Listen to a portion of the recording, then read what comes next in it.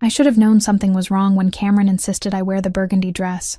Not the emerald one I'd chosen that complimented my eyes, but the one he'd picked out 3 weeks ago and left hanging in my closet with a note that said, "Wear this tomorrow night." At 28, I'd learned to pick my battles. A dress wasn't worth the argument, especially not tonight. Our engagement anniversary deserved celebration, not conflict. The Bellecour restaurant occupied the top floor of the Paramount building. All crystal chandeliers and floor-to-ceiling windows overlooking Manhattan's glittering skyline. I'd been here once before, for my promotion celebration at the architecture firm. Cameron had complained about the prices the entire evening. Tonight, he'd made the reservation himself. My heels clicked across the marble entryway as the Mauretredie greeted me with a professional smile that didn't quite reach his eyes. "Miss Price, your party is already seated. Your party, not your fiancé." The phrasing should have been my second warning. I followed him through the dining room, acutely aware of the eyes that tracked my movement. The Bellecour attracted Manhattan's elite. Old money, new money, and everything in between congregated here to see and be seen. I recognized faces from charity galas and business magazines. 200 people, easily, all dressed in designer labels and dripping with jewelry that cost more than my annual salary. Cameron sat at a table near the center of the room. Prime real estate for visibility. But he wasn't alone. Sophia Hartwell occupied the chair that should have been mine. Blonde hair styled in perfect waves, a dress that probably cost 5 figures, and a smile sharp enough to draw blood. I knew her by reputation. Hartwell Hotels had been a Manhattan institution for 4 generations. She'd been on the cover of Forbes last month. I stopped 3 feet from the table. My portfolio, containing the blueprints I'd spent the last month perfecting, suddenly felt impossibly heavy in my hands. Cameron stood, his expression carefully neutral. "Alyssa, thank you for coming. Thank you for coming." Like I was a business associate, not the woman he'd proposed to a year ago. "Cameron, what is this?" My voice came out steadier than I felt. He gestured to an empty chair across from them. "Please sit. We need to talk." I didn't sit. Every instinct I possessed screamed at me to leave, to walk out before whatever was coming could hit me. But pride locked my knees in place. I wouldn't run. Not in front of 200 witnesses. Cameron glanced at Sophia, who nodded encouragingly. He cleared his throat. "I've been thinking about our future. About what I need in a partner as I move forward with my career." My fingers tightened on the portfolio. "Your career. I'm planning to run for state senate next year. It's an opportunity I can't pass up. But it requires certain considerations." He gestured to Sophia. Sophia understands the political landscape. Her family's connections, her experience with public life. She's the kind of partner who can help me succeed. The words landed like physical blows. Around us, conversations had begun to quiet. People were listening. "You asked me here to break up with me?" The question came out flat. "I'm ending our engagement, yes." Cameron reached into his jacket and pulled out a small velvet box. My engagement ring. The one I'd left on his bathroom counter last week when the band had started irritating my finger. He'd promised to take it to the jeweler for resizing. He opened the box, removed the ring, and set it on the table between us. "I think it's best if we make a clean break. You're ambitious, Alyssa. You've always been focused on your career, on making a name for yourself. People might say you were with me for the connections, for what I could do for your architectural firm." Heat flooded my face. "You think I'm with you for your connections? I'm simply stating how it might appear. You went from a junior architect to project lead within 6 months of our engagement. People talk." Sophia leaned forward, her expression dripping with false sympathy. "It's nothing personal, sweetie. Cameron just needs someone who understands his world. Someone who was born into it, rather than trying to climb into it." The portfolio slipped from my fingers, hitting the floor with a dull thud. Blueprints scattered across the marble. The project I'd killed myself to complete. The design that had earned me my promotion through genuine talent and 80-hour work weeks lay at their feet like garbage. Cameron didn't even glance at it. "I hope you understand this is what's best for both of us. You'll find someone more suited to your background eventually." Around us, phones had emerged from pockets and purses. Camera flashes sparked in my peripheral vision. Someone was recording this. Multiple someones. I should have said something cutting. Should have maintained my dignity with a perfect exit line that would haunt him forever. Instead, I bent down, gathered my scattered blueprints with shaking hands, and straightened. "Keep the ring," I managed. My voice sounded distant, like it belonged to someone else. Consider it payment for the year I wasted. I turned and walked toward the exit. Every step felt like moving through concrete. The conversations around me had become a dull roar. Sympathetic looks and barely concealed smirks followed my path to the door. The mayor tradee avoided my eyes as I passed. Even he'd known. They'd all known what tonight was really about. The evening air hit me like a slap when I pushed through the doors. October in Manhattan carried a bite that cut through the burgundy dress Cameron had chosen. The dress he'd wanted me to wear for my humiliation. I made it half a block before my legs gave out. A side street, away from the Bellecourt's main entrance, offered shadows and blessed solitude. I sank onto the curb, my dress pooling around me, blueprints clutched to my chest. The tears came then. Hot and humiliating, and absolutely inevitable. A year of my life. A year of believing someone loved me. Of planning a future that had just been incinerated in front of 200 witnesses, who were probably already posting about it on social media. Footsteps approached, but I couldn't find the energy to care. Let them see. Let them take their pictures. Nothing could make this worse. "Miss Price?" The voice was deep, controlled, and completely unfamiliar. I looked up through blurred vision. A man stood 3 feet away, backlit by street lamps. Tall, well over 6 feet, with dark hair and a face composed of sharp angles and shadows.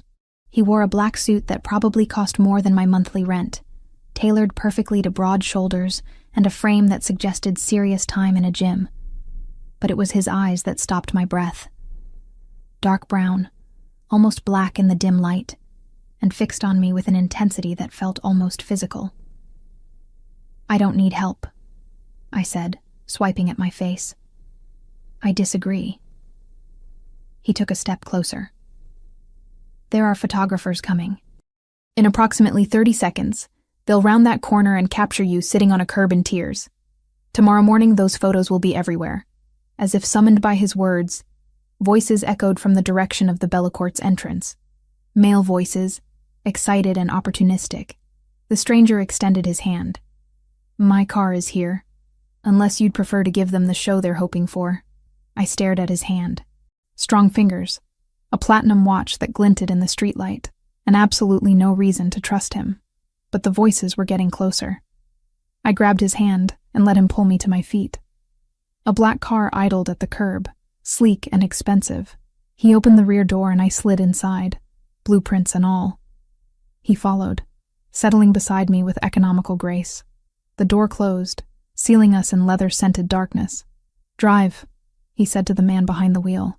The car pulled away from the curb just as 3 men with cameras burst around the corner. I pressed against the far door, heart hammering. "Who are you?" He turned those dark eyes on me, and something in his expression made my breath catch. Not threat, exactly, but not safety either. "Someone who just witnessed your very public humiliation," he said quietly. "And someone who might have a solution to your problem."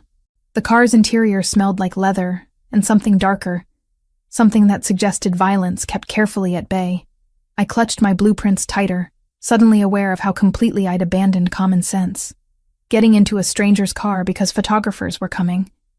Brilliant survival instinct, Alyssa. "You can drop me at the nearest subway station," I said, trying to sound like women who regularly fled public humiliations in luxury vehicles with mysterious men. I could. He angled himself to face me properly, and the passing streetlights illuminated his features in fragments. Sharp jawline, a thin scar cutting through his left eyebrow, eyes that assessed me like I was a blueprint he was analyzing for structural weaknesses. Or you could listen to my proposal first. I don't need rescuing by a stranger with a hero complex. His mouth curved slightly. Not quite a smile. I don't have a hero complex. I have a business opportunity that requires someone in precisely your position. My position. I laughed, and it came out brittle. "You mean publicly humiliated and unemployed by morning?" "Not unemployed yet. But yes, that video is already viral. Check your phone if you don't believe me. I didn't want to. But my hand moved to my purse anyway, pulling out my phone. Notifications flooded the screen. Text messages from colleagues. Missed calls from my sister. And there, trending on 3 different platforms, Cameron Price announces engagement to Sophia Hartwell. The accompanying video showed me standing frozen at that table, blueprints falling from my hands. The comments were worse than the video itself. "They'll fire me." The words came out flat. My promotion was contingent on maintaining the firm's reputation. A social media scandal doesn't exactly scream professional stability. Probably. He didn't soften it with false reassurance. Which brings me to my offer. I need a wife. I turned to stare at him. Excuse me? 6 months. A contractual marriage for business purposes. In exchange, I'll ensure Cameron Price's career ends before it begins, and I'll pay you $500,000. The number hung in the air between us like something physical. $500,000. Enough to start my own firm. Enough to never depend on anyone's reputation but my own. "This is insane," I said. "I don't even know your name." "Thomas D'Angelo." He said it like it should mean something. It did. Even I, who avoided anything connected to organized crime, had heard the name. The D'Angelo family controlled significant territory on the East Coast. Shipping, construction, and probably a dozen things that would make my law-abiding soul recoil. "You're a criminal. I'm a businessman who operates in gray areas." His tone remained perfectly neutral. "I need to finalize an agreement with several traditional Italian families who value stability and family structure. A wife provides legitimacy. Why not find someone who actually wants to marry you? Because this is business, not romance. Romance complicates things. You need financial security and revenge against the man who humiliated you. I need a spouse for 6 months to close a deal worth substantially more than the $500,000 I'm offering you. It's a transaction." The car glided through Manhattan's nighttime traffic, and I realized I had no idea where we were going. "Stop the car. We're 3 blocks from your apartment. I'll drop you there, you'll consider my offer, and if you're interested, you'll call the number on this card." He produced a business card from his jacket. Simple, expensive cardstock with a phone number. Nothing else. "And if I'm not interested, then you'll deal with tomorrow's fallout on your own. Fair warning, it will be brutal." The car stopped in front of my building, a modest walk-up in a neighborhood that was gentrifying slowly enough that I could still afford rent. The driver, whom I'd barely registered, stepped out and opened my door. Thomas D'Angelo remained in the shadows of the back seat. "Think about it, Miss Price. 6 months of your life in exchange for the means to build the future you deserve. And the satisfaction of watching Cameron lose everything he thinks makes him important." I climbed out, legs shaky, blueprints crumpled against my chest. This is crazy. Most worthwhile decisions are. The door closed, and the car pulled away, leaving me standing on the sidewalk with a business card in my hand, and absolutely no idea what to do with it. My apartment felt too small and too empty when I finally climbed the 4 flights to my door. I dropped the blueprints on my kitchen table and pulled up social media again, even though I knew better. The video had been shared 40,000 times. The comments had multiplied. Half of them called me a gold digger who'd gotten what I deserved. The other half pitied me in ways that somehow felt worse. I lasted 2 days. 2 days of sympathetic looks from colleagues and carefully worded suggestions from my boss that perhaps I should take a personal leave to let things settle down. 2 days of watching potential clients withdraw from projects because they didn't want the negative publicity. On the morning of the 3rd day, I stared at Thomas D'Angelo's business card and made a decision that would either save my life or destroy what remained of it. The phone rang once before a male voice answered. Address? Not hello. Not how can I help you. Just the immediate question of someone who expected my call. I gave him my office address, and he hung up without confirming anything. 20 minutes later, a text arrived. Red sedan outside in 5 minutes. Get in. The sedan was precisely where promised, and the driver offered no conversation as we navigated through midday traffic to the waterfront. Not the glossy, tourist-friendly waterfront. The working docks where cargo ships unloaded and warehouses squatted like concrete fortresses. We stopped in front of a building that looked abandoned from the outside. The driver gestured toward a side door, and I realized I was expected to enter alone. The interior contradicted the exterior completely. Modern office space occupied the ground floor, all sleek furniture and state-of-the-art technology. But it was the men I noticed most. 3 of them, positioned strategically around the room, all watching me with the kind of alertness that suggested military training and concealed weapons. "Miss Price?" Thomas emerged from an office in the back, and daylight did nothing to soften his appearance. If anything, it made him more intimidating. Tall, powerfully built, wearing another suit that probably cost more than my car. "Thank you for coming. I haven't agreed to anything, but you're here. Which means you're considering it." He gestured toward his office. "Please." The office held a desk, 2 chairs, and floor-to-ceiling windows overlooking the docks. He closed the door, cutting off the view of his armed guards. "I need to understand what I'd actually be agreeing to," I said, remaining standing. "Marriage means what exactly? Living together? Public appearances?" "Yes to both. You'd move into my apartment. We'd attend social functions together, present the image of a stable, committed relationship, but separate bedrooms, no physical intimacy unless mutually agreed upon for appearances, and you maintain complete professional freedom. Except I can't tell anyone the truth." "Correct. As far as the world is concerned, we're genuinely married. The contract itself remains confidential." I crossed my arms. "And what about your actual business? The illegal parts? You don't question my operational decisions, but you're free to voice concerns about anything related to legitimate construction projects. I own several development companies that operate entirely within legal boundaries. For 6 months. 6 months. Then we divorce quietly. You receive your payment, and we both move forward." I looked out at the docks, at the ships being loaded with cargo I probably didn't want to know about. "And Cameron? You said you'd destroy his career."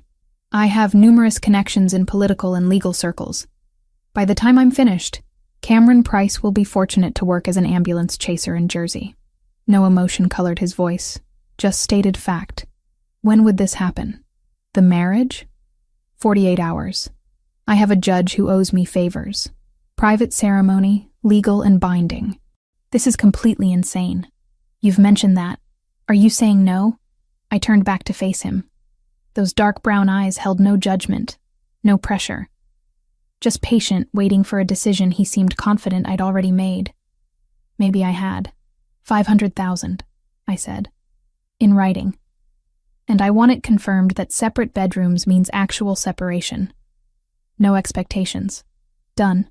He moved to his desk, produced a document that suggested he'd prepared this well in advance, and slid it across to me. "Read it. Take your time. If you agree, sign." I read every word. The contract was surprisingly straightforward. 6 months, marriage in name and legal standing, $500,000 deposited to my account upon finalization of his business deal, with an additional clause guaranteeing payment even if the deal fell through no fault of mine. My hand shook slightly as I signed my name. Thomas added his signature below mine, witnessed it, and extended his hand. "Welcome to the arrangement, Mrs. D'Angelo." His grip was firm, warm, and absolutely nothing about this felt safe. The penthouse occupied the entire top floor of a building in Tribeca that didn't advertise its existence. No doorman, just biometric security and cameras positioned at angles that covered every approach. Thomas's driver had delivered my belongings 3 hours ago. Now I stood in the marble entryway of my new home, feeling like an intruder in a museum. "Your room is through here." Thomas moved past me, his presence somehow filling the vast space. He opened a door to reveal a bedroom larger than my entire previous apartment. King bed, sitting area, ensuite bathroom with a soaking tub, and windows overlooking the Hudson River. Everything you need should be here. Lucia handled the arrangements. Lucia? My sister. She manages certain aspects of the family business. She'll want to meet you. He said it casually, but something in his tone suggested this meeting would be more interrogation than introduction. The apartment itself defied my expectations. I'd anticipated something ostentatious, dripping with wealth like Sophia's family estate. Instead, everything spoke of quiet power, modern furniture in neutral tones, artwork that was probably worth more than I wanted to calculate, and an underlying sense that this space doubled as a fortress. The security system requires your fingerprint now, Thomas continued, leading me to a panel beside the entrance. Press here. I complied, watching as the system registered my biometrics. Seems excessive for a temporary arrangement. Nothing about my life allows for inadequate security. He stepped back, studying me with that same assessing look from the car. You'll find that precautions are necessary, not excessive, because of your business. Because I have enemies who would use anyone connected to me as leverage. Which is why, starting now, you don't leave this building without security. My spine stiffened. That wasn't part of the contract. It was implied in the clause about maintaining your safety. I take that seriously. Before I could argue, the elevator chimed. Thomas's posture shifted subtly, and I realized he'd positioned himself between me and the entrance. The doors opened to reveal a woman who could only be Lucia.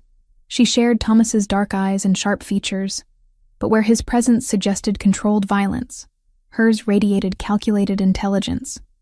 Mid-30s, wearing a charcoal suit that managed to look both professional and vaguely threatening. She stepped into the apartment with the confidence of someone who belonged here more than I ever would. So this is the architect. Lucia's gaze swept over me, cataloging everything from my off-the-rack dress to the defensive set of my shoulders. Alyssa Price, 28, recently promoted, publicly humiliated by an ex-fiancé who trades up for political connections. Interesting choice, Thomas. Lucia. Thomas's voice carried a warning. What? I'm simply acknowledging that your new wife has had a difficult week. She moved closer, and I forced myself not to retreat. I need to know you understand what you've signed up for. My brother's world isn't safe, and marriage to him, even a temporary one, makes you a target. She's been briefed, Thomas said. Briefed isn't the same as understanding. Lucia circled me slowly, and I felt like prey being evaluated. Tell me, Alyssa, if someone put a gun to your head and demanded information about Thomas's business dealings, what would you do? I don't know anything about his business dealings. Exactly, and you'll keep it that way. No questions about where he goes, who he meets with, or what happens in those waterfront warehouses. Ignorance isn't just bliss in this situation. It's survival. Lucia, enough. Thomas's tone hardened. She held up her hands in mock surrender. Just making sure we're all clear on expectations. I'll leave you two to settle in. Alyssa, I'm sure we'll be seeing much more of each other. The smile she offered held no warmth. Welcome to the family. The elevator doors closed behind her, and silence settled over the apartment like dust. She doesn't trust me, I said. She doesn't trust anyone. It's kept her alive this long. Thomas moved to the floor-to-ceiling windows, hands in his pockets. But she'll come around. Lucia respects competence, and your professional credentials are solid. How reassuring. He glanced back at me, and something flickered in his expression. Almost amusement. You should rest. We have an event tomorrow night. The annual Garrison Foundation Gala. Black tie, significant attendance, and your ex-fiancé will definitely be there with his new prize. My stomach clenched. Already? Proving our marriage is legitimate requires being seen together in the right circles. The Garrison Gala is ideal, plus watching Cameron's face when we walk in together will be entertaining. For you, maybe. For both of us. Trust me. He headed toward what I assumed was his own bedroom. There's a dress in your closet. Lucia selected it. Wear whatever jewelry you prefer from the safe. Combination is your birthday. He disappeared into his room before I could process that last detail. The safe in my closet contained jewelry that made my eyes water. Diamond necklaces, emerald earrings, pieces that belonged in museum displays, not on my neck. I chose simple pearl studs that wouldn't make me feel like I was playing dress-up. The dress, however, was impossible to ignore. Deep navy silk that somehow managed to look both elegant and sensual. Cut to fit perfectly despite Lucia never having taken my measurements. I didn't want to think about how she'd acquired that information. Sleep came in fragments that night. Every sound in the unfamiliar apartment pulled me back to consciousness. At 2 a.m., I gave up and wandered into the kitchen for water. Thomas sat at the island counter, laptop open, still wearing his suit from earlier. He looked up when I entered, and for a moment, neither of us spoke. Trouble sleeping? He asked finally.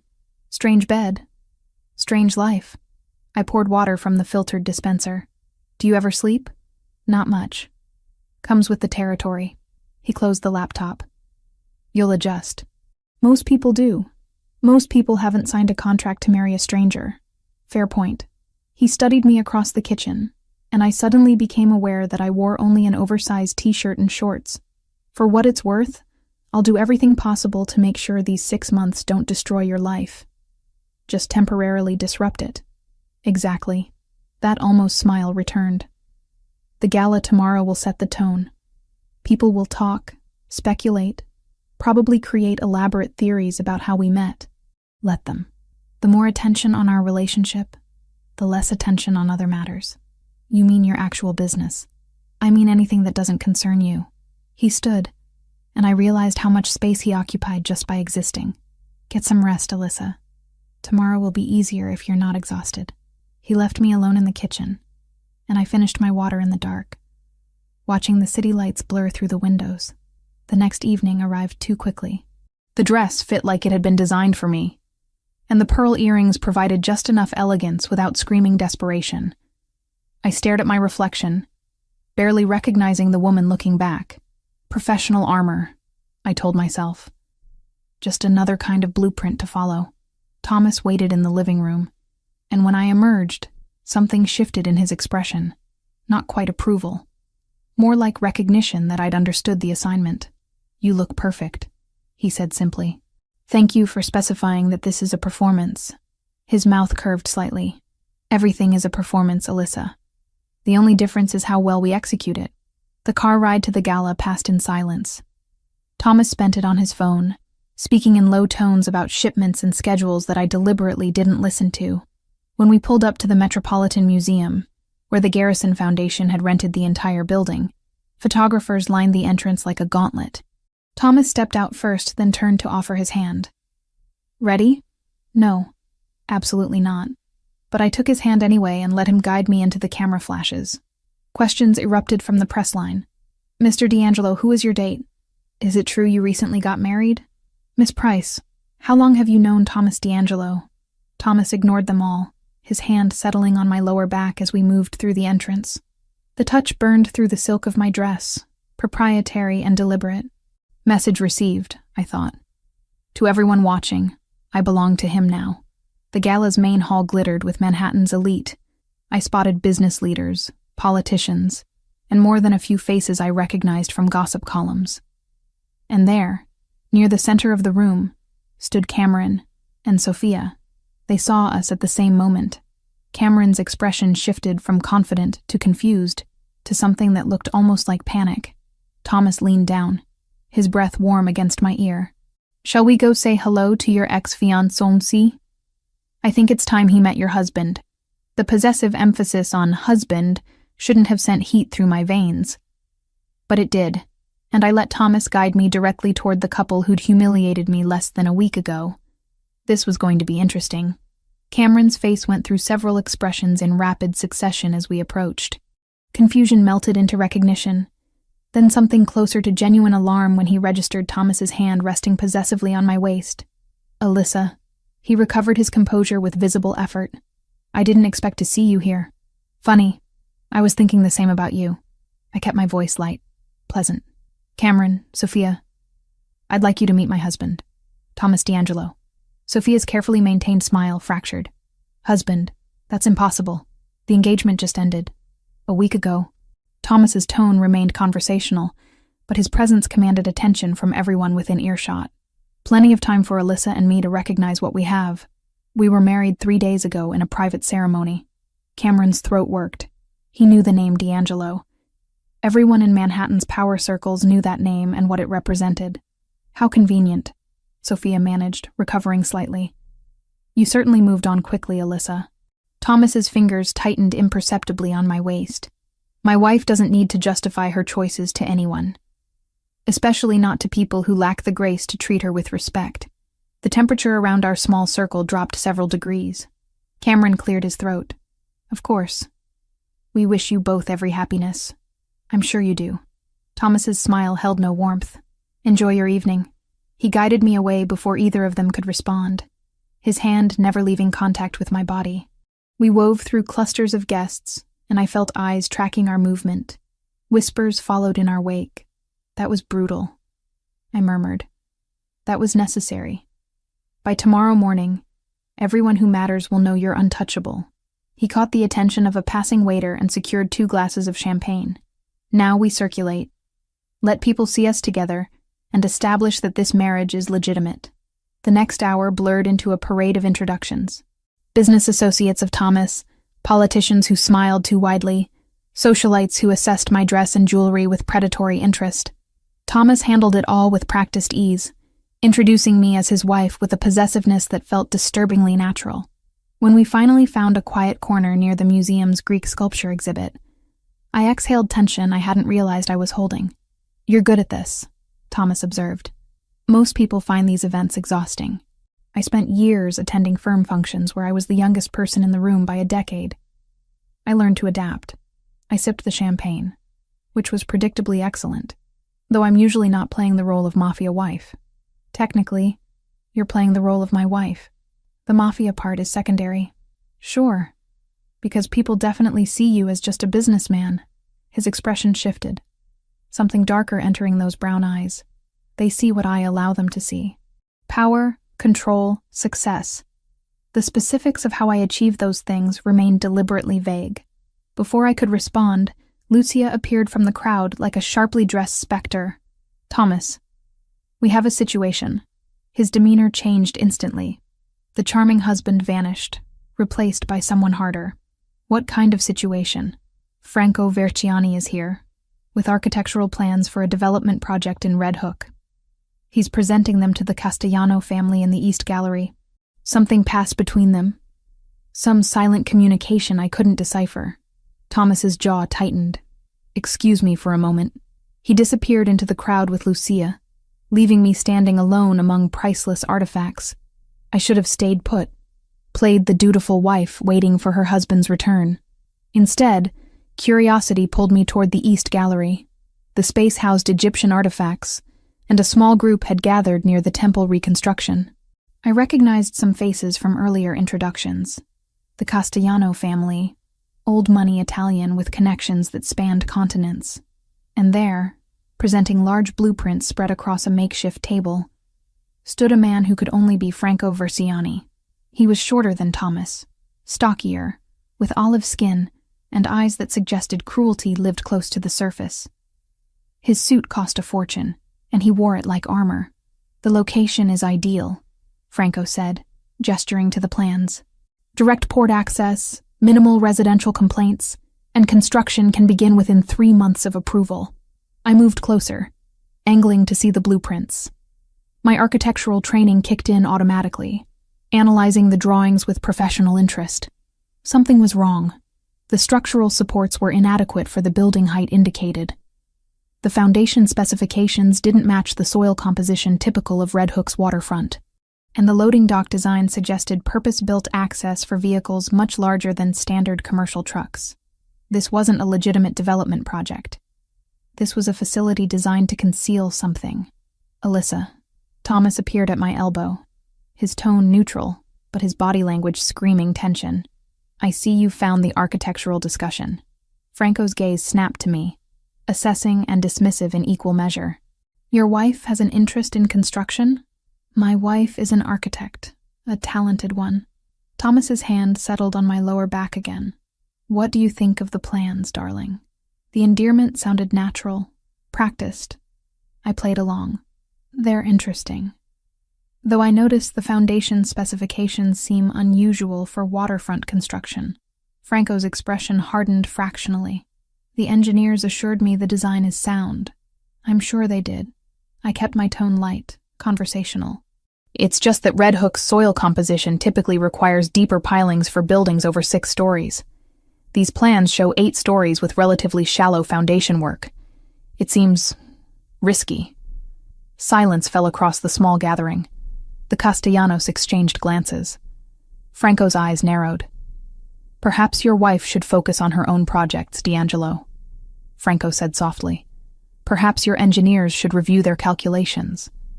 Thomas's voice remained pleasant, but something lethal lurked beneath the surface. My wife has designed multiple waterfront structures. If she sees a problem, there's usually a problem. We left the gallery shortly after, and Thomas's grip on my arm was gentle but unyielding as he guided me toward the exit. We collected our coats in silence, and the car ride home began with tension thick enough to choke on. I didn't mean to interfere, I said finally. You didn't interfere. You identified something I should have caught myself. He stared out the window at passing streetlights. Franco isn't building commercial space. He's creating a warehouse for contraband storage, probably weapons. The inadequate foundation would actually serve his purpose, allowing for underground additions without proper permitting. And you stopped it by having me point out the flaws publicly. I stopped it by making sure the Castellanos know the project is poorly planned. They won't invest in something that could collapse and draw regulatory attention. He turned to face me. You may have just prevented a territorial war. The weight of that statement settled over me. I thought I wasn't supposed to question your business. You weren't questioning my business. You were applying your professional expertise to a construction project. There's a difference. Something shifted in his expression. Thank you. The penthouse felt different when we returned. Less like a fortress, more like shared space.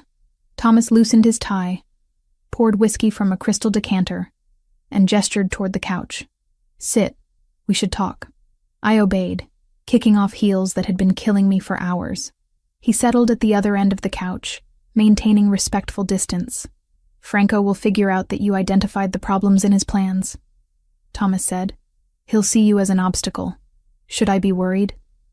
I won't let anything happen to you. But you need to understand that by helping me tonight, you've entered my world more deeply than either of us planned. I studied him in the low light of the apartment. Strong features, that scar through his eyebrow that suggested violence in his past, eyes that held too many secrets. Why do I get the feeling this arrangement just became significantly more complicated? Because you're intelligent enough to recognize when circumstances shift. He took a slow sip of whiskey. The question is whether you're prepared for what comes next. Before I could answer, my phone buzzed. A text from my boss at the architecture firm. Effective immediately. You're on paid leave pending review of recent publicity. We'll reassess your position in 30 days. I showed Thomas the screen. He read it without expression. They're trying to appease clients who saw you as a liability, he said. It won't work. By next week, you'll have more project offers than you can handle. How can you possibly know that? Because people are already talking about Thomas D'Angelo's architect wife, who publicly embarrassed Franco Versiani without breaking a sweat. That kind of composure and expertise? It's valuable. He stood, collecting his whiskey, and moved toward his bedroom. At the door, he paused. For what it's worth, I'm glad you didn't stay put in that corner like I expected you to. Your instincts tonight were perfect. The compliment shouldn't have warmed me. This was a business arrangement. 6 months and $500,000. Nothing more.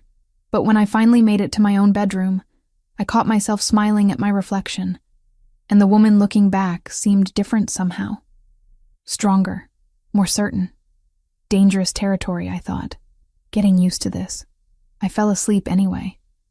And for the first time since moving into the penthouse, I didn't wake up once until morning. My paid leave turned into unexpected freedom. For the first time in 3 years, I had mornings without rushed commutes and evenings without deadline panic. I should have enjoyed it. Instead, restlessness drove me back to work within the week, tackling personal projects from Thomas's penthouse while he conducted business I deliberately didn't ask about. We'd fallen into a strange rhythm. Breakfast together when his schedule allowed, careful conversations that skirted anything too personal, and nights where we occupied opposite ends of the apartment like respectful strangers. The tension from the gala had faded into something more manageable, almost comfortable, which should have been my first warning that something was about to shatter the equilibrium. I was reviewing blueprints for a residential complex I'd been designing in my spare time when Thomas emerged from his office, phone pressed to his ear. His expression had shifted into something darker, all the careful control stripped away. How many? He listened, jaw tightening. Keep her there. I'm coming now. He ended the call and turned to me. Get your things. We're leaving. What happened?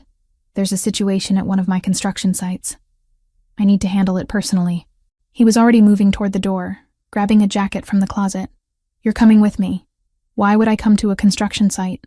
"Because leaving you here without me defeats the purpose of keeping you protected."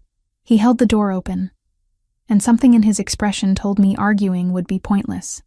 The site was in Brooklyn, a commercial development near the waterfront that Thomas's legitimate construction company was building. Scaffolding climbed 6 stories, and workers moved between floors despite the late afternoon hour.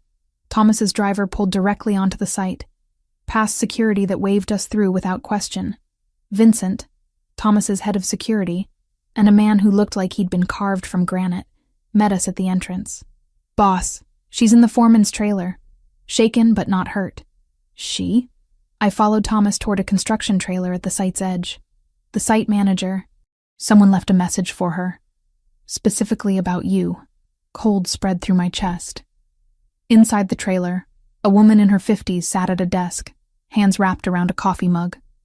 She looked up when we entered, relief flooding her features. "Mr. D'Angelo." "Thank God." I didn't know who else to call.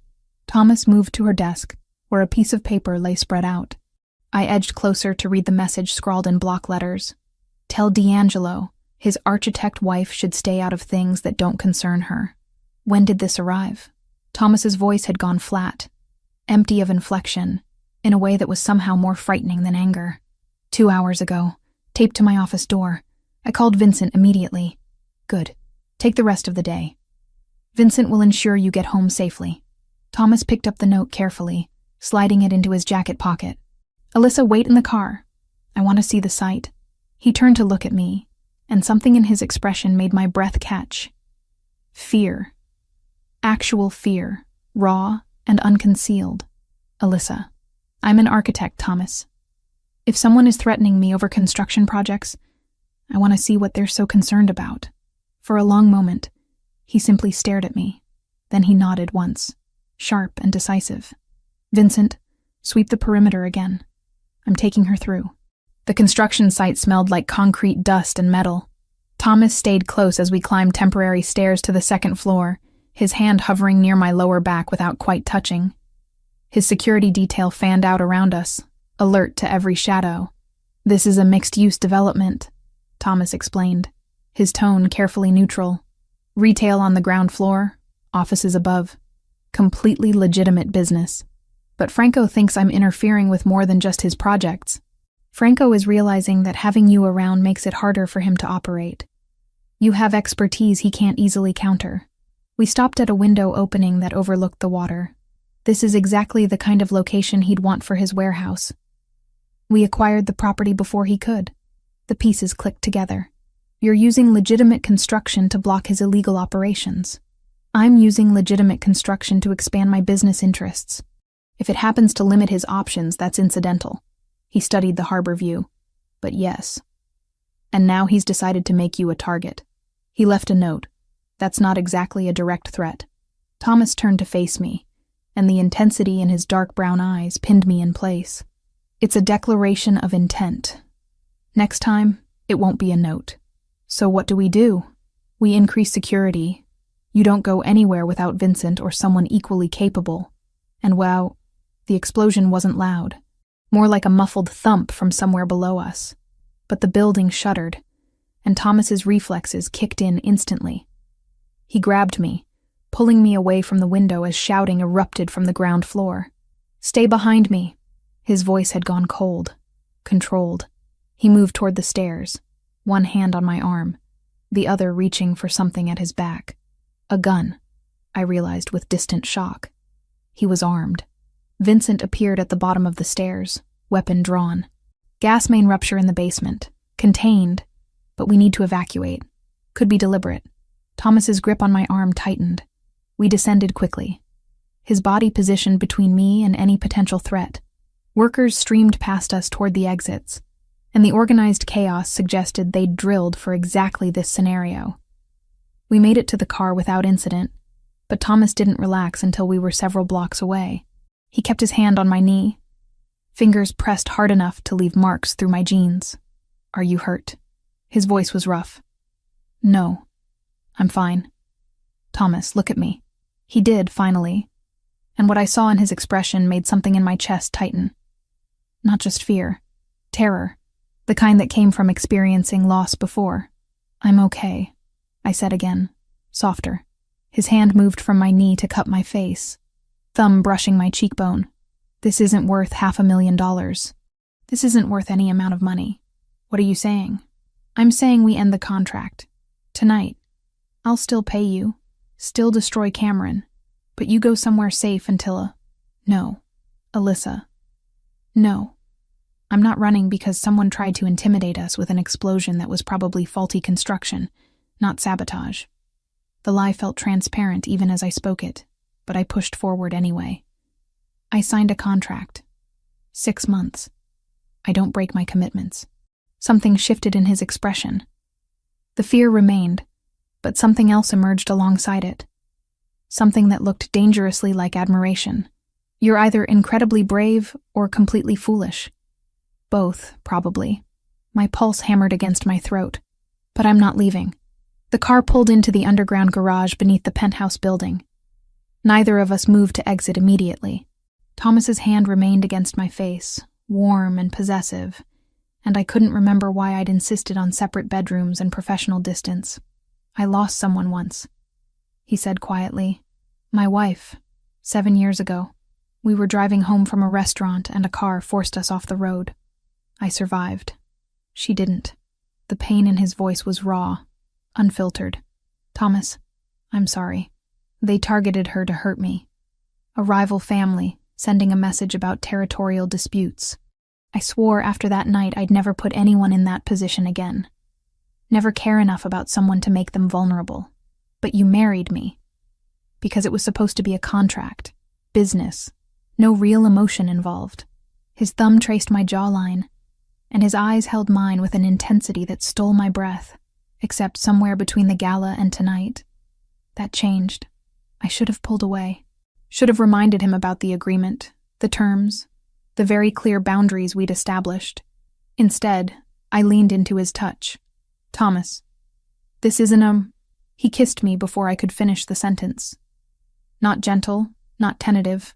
A claiming kiss that tasted like fear and relief, and something deeper that neither of us had words for. His hand slid into my hair, angling my head as he deepened the kiss. And I responded with equal intensity, months of tension finally finding release. When we finally broke apart, both breathing hard, he pressed his forehead against mine. "I can't lose you," he whispered. "I won't survive it again." "Then don't push me away." I gripped his jacket, anchoring myself to something solid in a world that had shifted beneath my feet. "We face this together, or we don't face it at all." His laugh was short, almost bitter. "You have no idea what you're signing up for." "Then show me. No more protecting me from information. No more treating me like I'm fragile. If I'm really in danger, I need to know everything." He pulled back enough to study my face, searching for something. Whatever he found must have satisfied him, because he nodded slowly. "Everything," he agreed, starting with the fact that Franco Verciani isn't working alone. Someone close to me has been feeding him information. Someone who knew exactly where you'd be today. The implications settled over me like ice water. "You have a traitor. I have a problem that could get us both killed if we don't identify them first." He finally released me, straightening in the seat. "Welcome to my world, Alyssa. It's significantly more complicated than construction plans and foundation specifications." We exited the car and headed for the elevator. And I realized with startling clarity that the contract I'd signed had become irrelevant somewhere along the way. This wasn't about money anymore. This wasn't even about revenge on Cameron. This was about survival, partnership, and something that felt dangerously close to the kind of connection I'd sworn to avoid. The elevator doors closed, sealing us in, and Thomas reached for my hand. I let him take it, fingers intertwining with his, and didn't let go until we reached the penthouse. Thomas's penthouse transformed into a command center overnight. Maps appeared on the dining table, locations marked with pins and circles. Lucia arrived at dawn with files thick enough to double as weapons, and the two of them spent hours analyzing patterns I couldn't decipher. I'd been relegated to my bedroom with Vincent stationed outside the door like a particularly intimidating piece of furniture. protected, secured, completely useless. By noon, I'd had enough. This is ridiculous. I pushed past Vincent, ignoring his protest, and marched into the dining room where Thomas and Lucia hunched over surveillance photos. You can't keep me locked in a room like a prisoner. Thomas looked up, exhaustion evident in the shadows under his eyes. I can keep you safe. That's what matters. Safe and ignorant. You said no more protection from information. That lasted all of 12 hours. Lucia glanced between us, something calculating in her expression. She has a point, Thomas. If someone is targeting her specifically, she deserves to understand the scope. The scope is that Franco has a source inside my organization who knew Alyssa would be at that construction site. Thomas's voice was hard. Until I identify who, everyone is suspect. Even Lucia? I moved closer to the table, studying the photos. Men in expensive suits. Some I recognized from the gala. Even Vincent? Vincent has been with me for 15 years. Lucia is family. But yes, technically, until I have proof, everyone is potentially compromised. The admission cost him. I could see it in the tension across his shoulders, the way his fingers gripped the edge of the table. Then let me help. I pulled out a chair and sat, uninvited.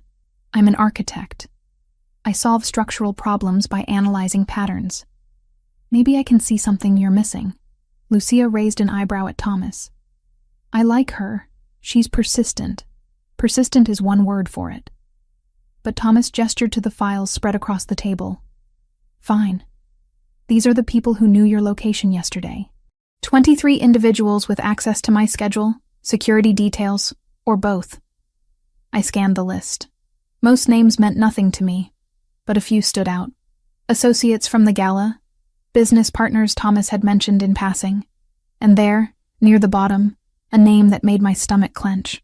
Cameron Price has legal counsel with Hartman and Associates, I said slowly. That's the firm that handles real estate transactions for your construction company. Thomas and Lucia exchanged glances. How do you know that? Thomas asked. Because Cameron used to brag about landing them as a client. Said they represented some of the biggest developers on the East Coast. I pulled the relevant file closer. If Cameron has access to Hartman's files, he'd know about your projects. Timelines, locations, everything. Lucia was already on her phone, speaking in rapid Italian. Thomas leaned back in his chair, studying me with an intensity that raised heat along my skin. You're right. Cameron could be feeding information to Franco through legal channels, staying clean while causing maximum damage. But why? What does he gain? Revenge, probably. You humiliated him by marrying me. His political aspirations require positive publicity, and your success reflects poorly on his judgment. Thomas stood, pacing to the windows. Or Franco is paying him. Cameron has debts, gambling, from what my sources indicate. The pieces assembled themselves into a picture I didn't want to see. Cameron. Desperate and vindictive. Selling information that could get me killed. The man I'd almost married. If it's Cameron, how do we prove it? I asked. Thomas turned back to face me. We set a trap. Feed him false information through channels he'd have access to. Then see if Franco acts on it. And if Franco does act, I'm the bait. Absolutely not. Thomas crossed back to the table in 2 strides. We use a decoy, a false trail that suggests you'll be at a location you'll actually be nowhere near. That could work. Lucia ended her call and rejoined the conversation. But we need something convincing. Information valuable enough that Franco can't ignore it. I studied the maps on the table, the marked locations of Thomas's various business interests. An idea formed. Risky, and probably foolish, but potentially effective. What if we use architecture as the bait? I looked up at Thomas. I've been working on a design for a waterfront development. Mixed use, prime location, exactly the kind of project Franco would want to sabotage or steal. We let it slip that I'm presenting the plans to investors at a specific location and time. And when Franco sends people to intercept, we'll know Cameron is the leak. Thomas nodded slowly. It's dangerous. Everything about this situation is dangerous. At least this way, we're controlling the variables. Lucia smiled, sharp and approving. I'm starting to understand why you married her, Thomas. She thinks like one of us. She thinks like an architect. Everything is about structure and stability. But something in Thomas's expression had softened. All right, we'll do it. But on my terms, with my security protocols. The next 3 days moved in controlled chaos. I refined the architectural plans until they looked legitimate enough to be worth stealing. Thomas arranged for word to reach Cameron through carefully positioned sources at Hartman and Associates. The presentation was scheduled for a warehouse Thomas controlled in Red Hook, the same neighborhood where Franco had wanted to build his suspicious development. Security preparations turned the warehouse into a fortress. Cameras covered every angle, armed guards positioned on all approaches, and escape routes planned to the second. Vincent walked me through the protocols until I could recite them in my sleep. The night before the planned presentation, I couldn't sleep. Adrenaline and anxiety kept me pacing my bedroom until I finally gave up and wandered into the living room. Thomas sat on the couch in the dark, city lights providing the only illumination. He'd changed into comfortable clothes, the first time I'd seen him in anything other than suits. Somehow it made him more human, more accessible. Couldn't sleep either? I settled on the opposite end of the couch, maintaining careful distance. Sleep seems optional lately. He studied me in the dim light. You don't have to go through with this tomorrow. We can find another way. I want to, not just because it helps identify the leak, but because I need to stop feeling helpless. I pulled my knees up, wrapping my arms around them. When Cameron broke our engagement, I felt powerless, like my life was happening to me, not because of choices I made. I refuse to feel that way again, even if it means walking into potential danger, especially then, because I'm choosing to walk into it, with preparations and backup and a plan. That's different than being blindsided. Thomas was quiet for a long moment. Then he moved closer, closing the distance between us until his shoulder brushed mine. For what it's worth, I understand. After my wife died, I spent 2 years making myself untouchable, building walls that no one could penetrate. It didn't bring her back, but it gave me the illusion of control. What changed? Nothing, until recently. Until a woman in a burgundy dress sat crying on a curb and looked at me like I was either salvation or another disaster waiting to happen. His hand found mine in the darkness, fingers intertwining. You make me want to tear down those walls, which is terrifying. I turned to look at him properly, searching his face for the truth beneath the words. Thomas, when this is over, when the 6 months are up, don't. He cupped my face with his free hand, thumb tracing my cheekbone. Don't think about timelines or contracts right now. Just be here, with me, in this moment. I should have pulled away. Should have reminded us both about boundaries and professional arrangements.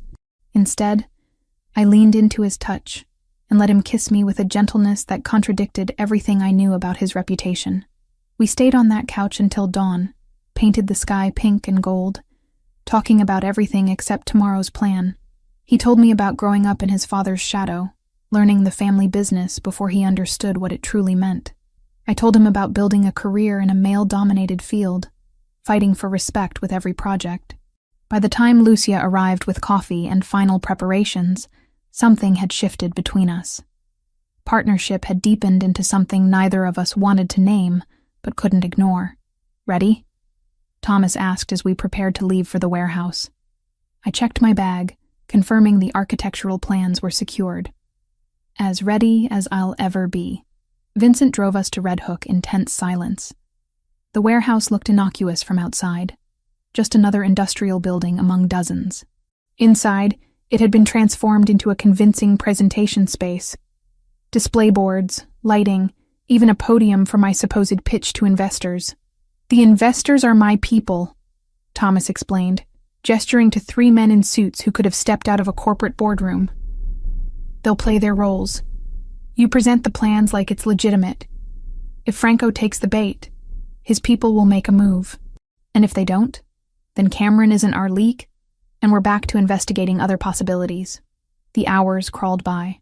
I went through the presentation 3 times, each word measured and professional. Thomas's fake investors asked appropriate questions.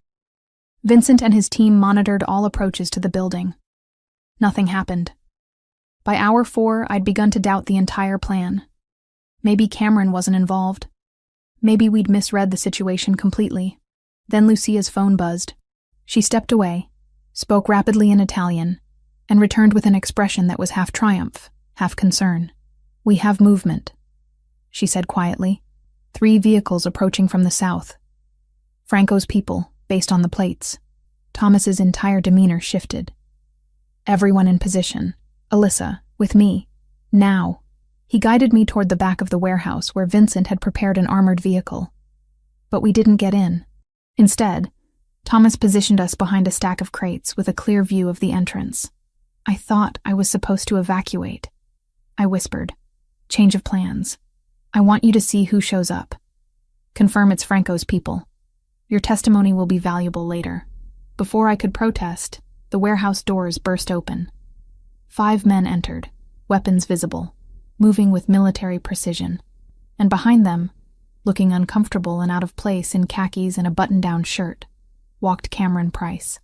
My ex-fiancé had just confirmed himself as the traitor who'd been trying to get me killed. Cameron looked smaller than I remembered. Less polished, with wrinkled clothes and the kind of desperate energy that came from bad decisions compounding. He glanced around the warehouse nervously, while Franco's men fanned out, searching for the architectural plans that didn't actually exist in any accessible location. "She should be here," one of Franco's men said, thick accent coloring his English. The schedule said presentation at 2 o'clock. Maybe she got spooked. Cameron's voice carried across the empty space. D'Angelo could have figured out we had access to his calendar. Or maybe D'Angelo set a trap, and you walked right into it. Thomas stepped out from behind the crates, and I watched with fascination as 5 weapons immediately pointed at him. He didn't even flinch. "Hello, Cameron. Interesting company you're keeping these days." Cameron's face went pale. "Thomas, this isn't what it looks like." "Really? Because it looks like you've been feeding information to Franco Versiani in exchange for what, exactly? Money to cover your gambling debts? Revenge because my wife moved on faster than you expected? Your wife." Cameron's expression twisted into something ugly. "You mean the woman who was supposed to need me? Supposed to come crawling back when reality hit. Instead, she lands a Mafia boss who turns her into someone untouchable. So this is about ego." I stepped out beside Thomas, ignoring his sharp intake of breath. "You couldn't handle that I didn't fall apart without you." All 5 weapons shifted to point at me. Thomas moved instantly, positioning himself between me and the guns. But I sidestepped, keeping myself visible. "Alyssa, get back," Thomas said, voice low and dangerous. "No." I want him to explain. I kept my eyes on Cameron. "The humiliation at Bellacourt wasn't enough? You had to try to get me killed? I didn't think Franco would actually hurt you." Cameron's words came fast, defensive. "He just wanted to scare you. Make you back off from interfering with his projects. I thought if you were scared enough, you'd leave D'Angelo, and then maybe I'd come back to you?" Disbelief colored my voice. "After you publicly destroyed me? You're delusional." "I'm trying to survive. Those gambling debts aren't just money I owe, Alyssa. They're debts to people who break legs when you don't pay. Franco offered a solution. Information about D'Angelo's operations in exchange for clearing what I owed. So you sold out your ex-fiancé CE to save yourself." Thomas's tone could have cut glass. "Admirable." One of Franco's men spoke into a radio, rapid Italian that I couldn't follow. Whatever response he received made his expression harden. "We need to go. Police are coming." "Police?" Cameron looked confused. "Why would police—" "Because I called them." Lucia emerged from another section of the warehouse, phone in hand. "Specifically, I called my contacts at the FBI. They've been very interested in Franco Versiani's arms trafficking operation. And now they have witnesses, recordings, and you, Cameron, admitting to conspiracy." The warehouse doors burst open again, but this time it was federal agents in tactical gear, weapons drawn, voices shouting commands. Franco's men dropped their guns immediately, professionals who knew when they'd been outmaneuvered. Cameron just stood frozen, comprehension finally dawning. "You set me up," he whispered. "You set yourself up," I said. "We just gave you the opportunity to confess." The agents moved efficiently, securing Franco's men in handcuffs. One approached Cameron with similar intent, and reality seemed to hit him all at once. He lunged, not toward an exit, but toward me. Thomas intercepted him before he got within 3 feet, slamming him against a concrete support pillar with enough force to knock the air from Cameron's lungs. "Don't." Thomas's voice was barely above a whisper, but the threat in it was absolute. "Don't even look at her again." An agent pulled Thomas back, and Cameron crumpled to the ground. They cuffed him efficiently while reading rights that Cameron probably couldn't hear over his own panicked breathing. "Mr. D'Angelo, Mrs. D'Angelo, we'll need statements." The lead agent, a woman in her 40s with sharp eyes and an air of command, gestured toward a cleared area. "This way, please." The next 2 hours blurred together. Statements, recordings, confirmation of details. Lucia had apparently been working with the FBI for months, building a case against Franco that tonight's events had gift-wrapped. Cameron's confession, recorded from multiple angles, provided the final pieces. By the time we returned to the penthouse, exhaustion had settled into my bones. Thomas dismissed Vincent and Lucia, who'd accompanied us back, and we were finally alone. "You shouldn't have stepped out like that." Thomas paced the living room, controlled fury radiating from every movement. "Those men had guns pointed at you. Any one of them could have fired. But they didn't. That's not the point, Alyssa." He spun to face me. "You could have been killed. Do you understand that? One wrong move, one trigger-happy thug, and I would have watched you die. Like your first wife." He froze. "What? That's what this is really about, isn't it? You're terrified that history will repeat itself, that someone you care about will die because of your world." I moved closer, closing the distance he'd put between us. "But I'm not her, Thomas. I made the choice to step out there. I needed Cameron to see that I wasn't afraid of him anymore. You should be afraid. Fear keeps people alive, and love makes that life worth living." The word hung in the air between us, impossible to take back. Thomas stared at me like I'd spoken in a foreign language. "Love. Yes. Love." I reached for his hand, felt the tremor running through his fingers. I know this wasn't supposed to happen.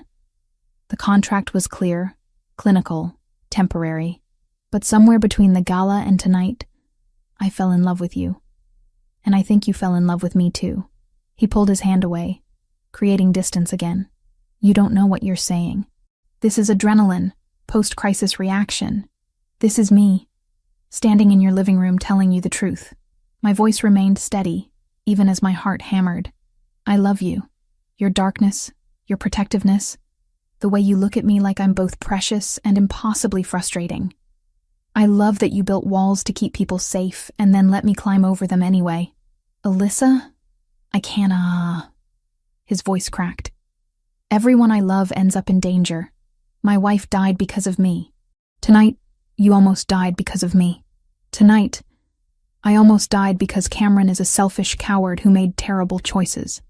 That's not on you." I closed the distance again, refusing to let him retreat. "And your first wife's death wasn't your fault either. You didn't force that car off the road. You didn't pull the trigger or plant the bomb or whatever actually happened. You survived, Thomas. That's not a crime." He grabbed my shoulders, not gently. "How can you be so reckless with your own safety? How can you stand here and tell me you love me when loving me means living with constant threats? Because the alternative is living without you. And that sounds infinitely worse." I reached up, cupping his face. "I'm choosing this. Choosing you. Choosing us. Not because of a contract or money or revenge, but because when I look at you, I see home." Something in him broke. I saw it happen. Watched the walls he'd maintained so carefully crumble. He kissed me desperately, hands tangling in my hair, pulling me impossibly closer. I responded with equal intensity, pouring every emotion from the past weeks into the connection between us. When we finally broke apart, both breathing hard, he pressed his forehead to mine. "I love you," he whispered.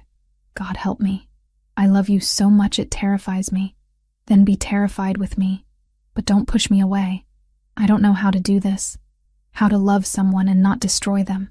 We'll figure it out together. That's what partnership means." I kissed him again, softer this time. "No more protecting me from your world. No more keeping me at arm's length. We face everything together. Or we don't face it at all. He pulled back enough to look at me properly. You're asking me to trust that you can survive in my world.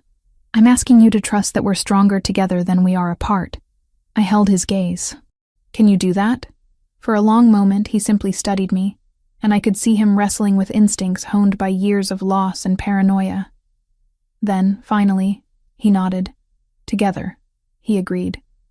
Everything. No more secrets, no more protection from information. You're my partner, not my possession. Exactly.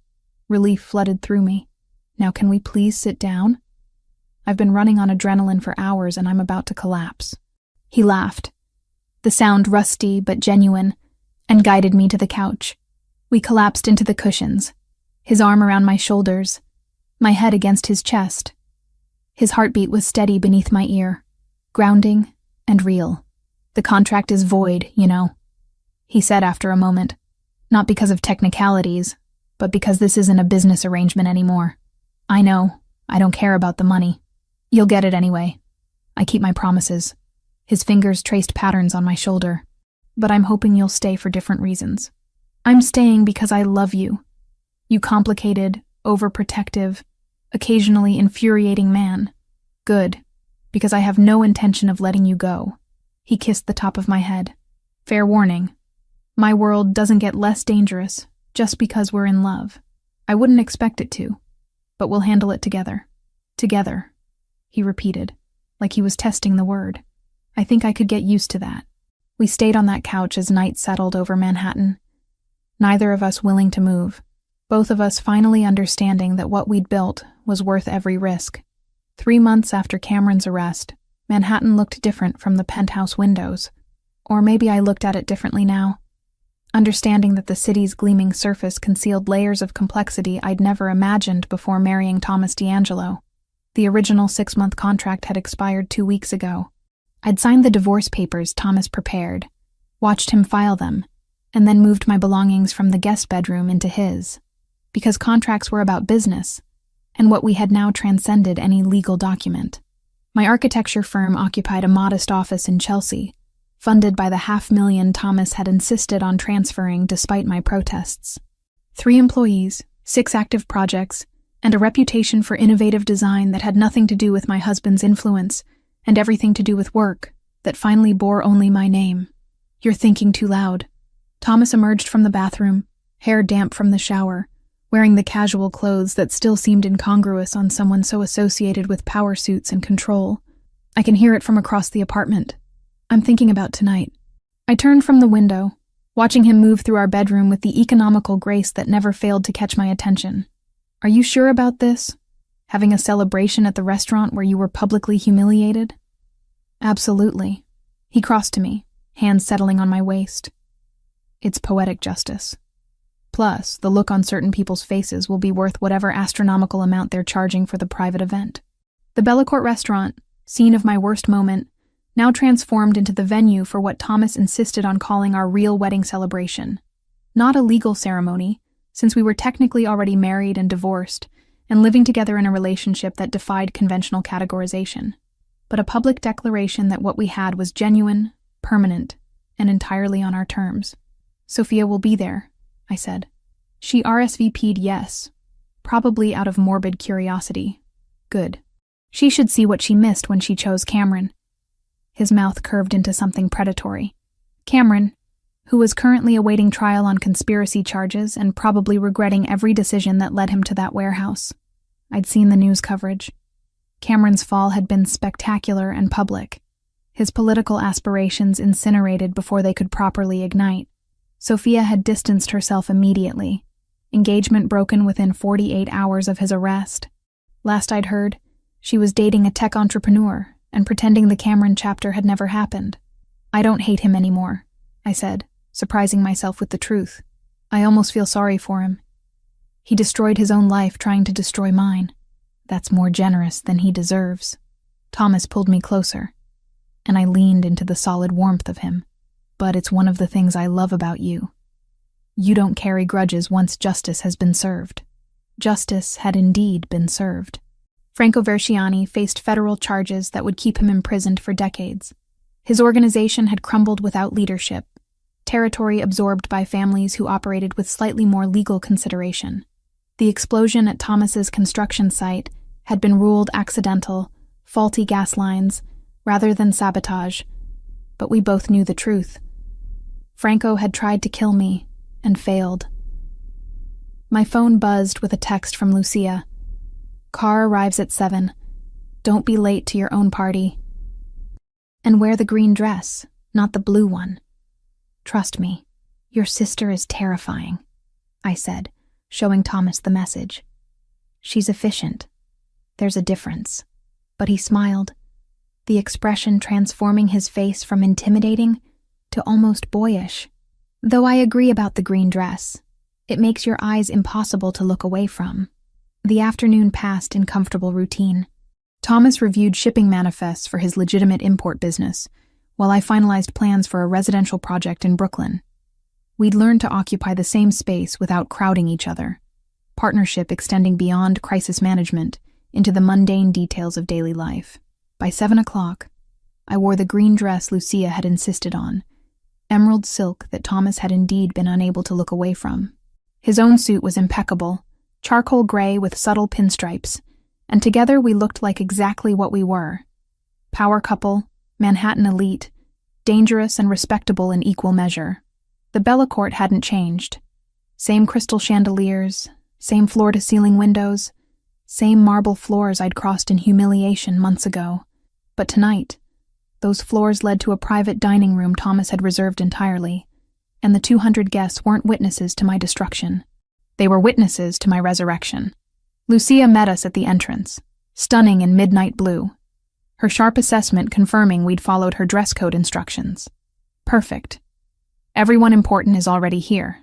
A few surprises too, but good ones. Define good surprises, Thomas said, immediately suspicious. You'll see. Come on, your guests are waiting. The private dining room had been transformed with elegant simplicity. White flowers, soft lighting, round tables arranged to encourage conversation. And the guests themselves represented an interesting cross-section of Manhattan society. Business leaders, architects, politicians who'd survived Cameron's fall, and faces I recognized from Thomas's world, the kind of people who understood exactly who they were celebrating with and chose to attend anyway. Alyssa, my former boss from the architecture firm, approached, genuine warmth in his expression. I'm so glad you agreed to let me come. I wanted to apologize personally for how we handled your leave. It was cowardice, pure and simple. It was business, I said, though his apology meant more than I'd expected. But thank you. Your new firm is making waves. The residential project in Brooklyn is brilliant. He glanced at Thomas, who'd positioned himself slightly behind me, protective without being possessive. You're lucky to have her. I'm aware, Thomas said simply. We circulated through the room, accepting congratulations and well wishes that felt genuine despite the underlying current of calculation that came with Thomas's social circle. These people understood power, respected it, and recognized that I'd become someone who wielded it alongside my husband, rather than hiding behind him. Sophia Hartwell stood near the windows, champagne in hand, looking simultaneously uncomfortable and fascinated. She'd lost weight since the gala, sharp edges more pronounced, and something in her expression suggested the tech entrepreneur wasn't working out as planned. Alyssa, she approached with visible effort. Thank you for inviting me. I wasn't sure you would. I almost didn't. Honesty seemed appropriate, but holding on to anger takes too much energy. And honestly, you did me a favor. A favor? She looked genuinely confused. You took Cameron off my hands before I made the mistake of actually marrying him. Saved me a divorce. I gestured around the room, and if he hadn't humiliated me that night, I never would have met Thomas. Thomas's hand settled on my lower back, warm and grounding. Sophia's gaze tracked the movement, and something like envy flickered across her face. You look happy, she said finally. Genuinely happy. I don't think I ever saw that when you were with Cameron. I wasn't. But I am now. I offered her a smile that held no malice. I hope you find that too, Sophia. Genuinely. She nodded, blinking back what might have been tears, and excused herself to refill her champagne. That was kind, Thomas said quietly. That was honest. She's not my enemy. She never was. She was just another person Cameron used for his ambitions. Lucia appeared at my elbow, practically vibrating with suppressed excitement. Time for the surprise. Thomas, don't freak out. When you tell me not to freak out, I immediately want to freak out. She ignored him and gestured toward the entrance. A woman in her 60s entered, elegant in burgundy silk, with dark hair shot through with silver, and eyes that were unmistakably related to Thomas's. Mom? Thomas's voice carried shock I'd never heard from him before. His mother crossed the room with measured grace, and I saw where he'd learned to command space through presence alone. She stopped in front of us, studying her son with an expression that held both love and assessment. Thomas, it's been too long. 3 years. You said you wanted nothing to do with the family business. I said I wanted nothing to do with the violence that killed your father and almost killed you. But Lucia tells me you found someone who's changing your priorities. I wanted to meet the woman who accomplished the impossible. She turned to me, and being assessed by Thomas's mother felt more nerve-wracking than facing down Franco's armed men. Mrs. D'Angelo, I managed. It's an honor. Call me Maria, and the honor is mine. She took my hands, squeezing gently. My son loved once before and lost everything. I didn't think he'd survive loving again, but Lucia says you're strong enough for his world and brave enough to change it. Is that true? I'm trying to be both. Some days are more successful than others. She smiled, and I saw where Thomas got his rare, transformative expressions. Honest. Good. My son needs someone who won't simply tell him what he wants to hear. She released my hands and turned back to Thomas. She's perfect for you. Don't screw this up. I'll try not to. Thomas's voice had gone rough with emotion. You came all the way from Italy for this? For you, always. Even when we don't speak. You're still my son. She kissed his cheek, whispered something in Italian that made his eyes close briefly, and moved into the crowd to greet Lucia. Surprise indeed, Thomas said, clearly struggling to process his mother's appearance. Good surprise? I asked. The best. He pulled me into his arms, ignoring the 100 pairs of eyes tracking our movement. How is my life this different from 6 months ago? Because a woman in a burgundy dress agreed to a ridiculous contract with a stranger. Best decision I ever made. He kissed me, slow and thorough, and applause rippled through the room. When we finally broke apart, Lucia had arranged everyone with champagne glasses raised. She caught Thomas's attention and nodded toward the small podium positioned near the windows. Thomas guided me there, hand never leaving contact with my body. We faced the crowd together, and he spoke without notes or preparation. 6 months ago, I witnessed something that should have been private. A woman's worst moment, made public for entertainment. I offered a solution that was purely transactional, expecting nothing beyond a business arrangement. He turned to look at me, and what I saw in his expression made my breath catch. Instead, I found a partner who refuses to accept my world as unchangeable, who sees structure and possibility where I only saw chaos. Alyssa didn't just agree to marry me. She agreed to stand beside me and push me to be better than I believed I could be. He produced a small box from his jacket pocket, and my heart stuttered. We're technically already married and divorced, which makes this legally meaningless. But symbols matter. Choices matter. He opened the box to reveal a ring that was nothing like the contract band I'd worn months ago. This was platinum set with emeralds that matched my dress, elegant and distinctive. Alyssa Price, will you marry me? Not for 6 months, not for business purposes, but for every reason that actually matters. The room had gone silent. I looked at Thomas, at the vulnerability in his expression that he'd never shown anyone else, and knew my answer had been inevitable since the night he'd found me crying on a curb. Yes, my voice carried across the sudden hush. For every reason that matters, yes. He slid the ring onto my finger, and the room erupted into applause and cheers. But I barely heard them. Focused entirely on the man in front of me who'd transformed from stranger to savior, to partner, to home.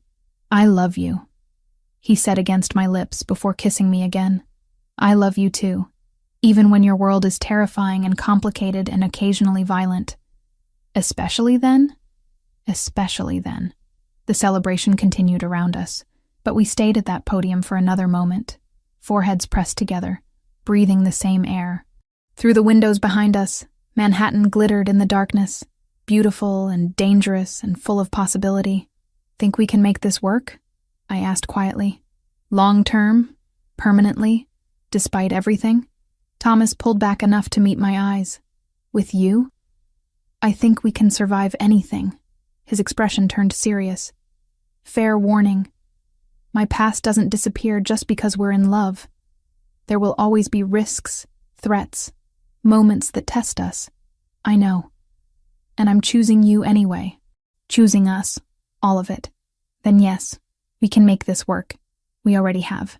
He kissed me once more, gentle and possessive and full of promise. "Welcome to forever, Mrs. D'Angelo." "Mrs. Price D'Angelo," I corrected. I kept my name professionally, but yes, forever. We rejoined our guests, accepting congratulations and well wishes, surrounded by the people who mattered. Lucia hugged me with uncharacteristic warmth.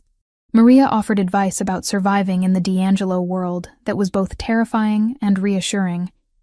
Vincent, standing guard near the entrance despite being off duty, nodded approval. Hours later, when the celebration finally wound down and Thomas and I returned to the penthouse alone, we stood at those floor-to-ceiling windows together, his arms wrapped around me from behind, chin resting on my shoulder. Both of us watching the city we'd claimed as ours. "No regrets?" he asked. "Not a single one." "You? Only that I didn't find you sooner." He turned me in his arms, and the love in his expression was so clear it took my breath away. "Thank you for seeing past the contract to what we could actually build together. Thank you for rescuing a woman crying on a curb and offering her the most insane proposal in history." "My pleasure. Shall we make a tradition of it? Annually proposing increasingly ridiculous arrangements, as long as they all end with us together." "I'm in." He laughed, the sound free and genuine, and kissed me with the kind of intensity that suggested we wouldn't be sleeping for several more hours. Outside, Manhattan continued its endless cycle, but inside the penthouse, we'd built something that transcended the city's chaos. Partnership. Love. A future we'd chosen together against every odd. And it all started because I'd worn the wrong dress to the right disaster.